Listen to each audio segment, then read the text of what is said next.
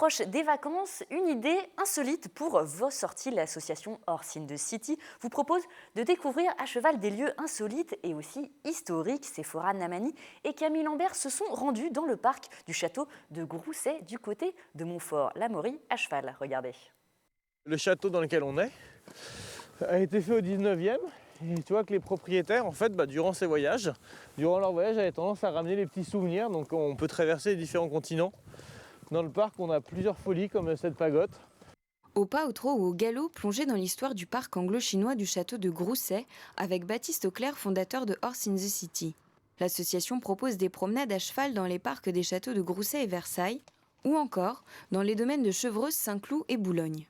Mais j'ai créé ce concept parce que c'est vrai que sur Paris, j'ai retrouvé qu'il n'y avait pas beaucoup d'offres sur des promenades juste à l'occasion. Voilà, on a beaucoup de cavaliers à être montés enfants, adolescents, et après, souvent, les gens arrêtent l'équitation et par la suite ont envie de s'y remettre, mais ils n'ont pas envie forcément de s'inscrire toutes les semaines dans des cours, mais juste de profiter sur les journées de beau temps, de promenades à l'occasion. La balade peut également être couplée à une visite historique, l'occasion de découvrir pour les cavaliers débutants et aguerris de nouveaux décors, comme la bibliothèque du château de Grousset construit en 1815 et son théâtre inauguré en 1957 par la Comédie Française, un concept sur mesure. L'idée, c'est quand même d'aller dans des lieux un peu atypiques, d'aller où on n'attend pas trop le cheval. On organise des promenades privées et du coup, à partir de là, en fait, tous les scénarios sont possibles.